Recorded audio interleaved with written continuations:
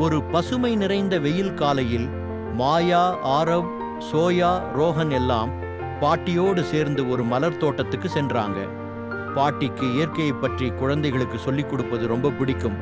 அவர்கள் தோட்டத்தில் குதிக்கிறதோடு விளையாடிக்கிட்டே இருந்தாங்க.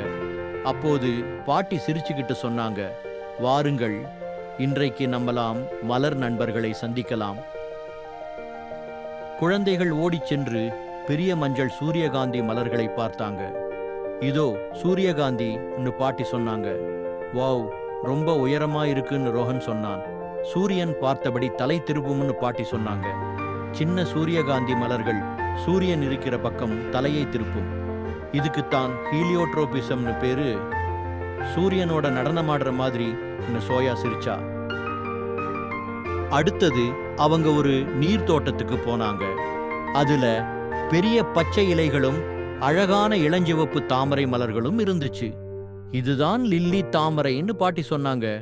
ஆனா இந்த குளம் மண்ணா இருக்குன்னு தோணுதுன்னு ஆரவ் சொன்னான். அப்புறம் இவ்வளவு சுத்தமா இளஞ்சிவப்பு மலர் எப்படி இருக்கு?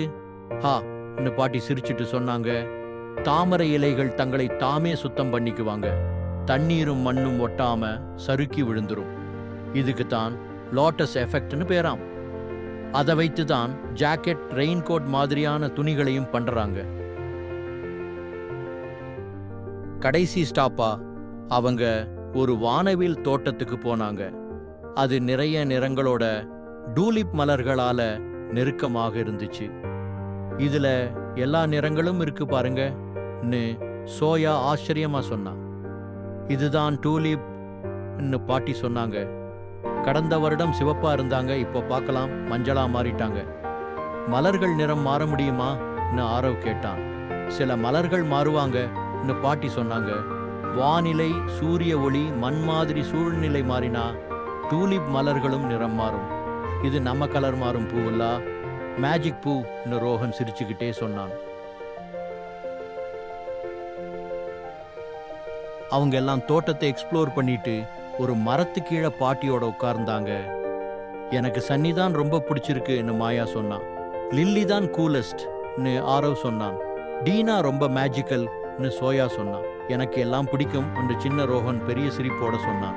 பாட்டியும் சிரிச்சாங்க. மலர்களும் மனிதர்களும் மாதிரி தான், ஒவ்வொன்றும் ஸ்பெஷல்.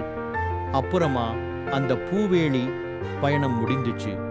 சிரிப்புகளோட, வண்ணங்களோட, நிறைய ப்ளூமிங் நினைவுகளோட.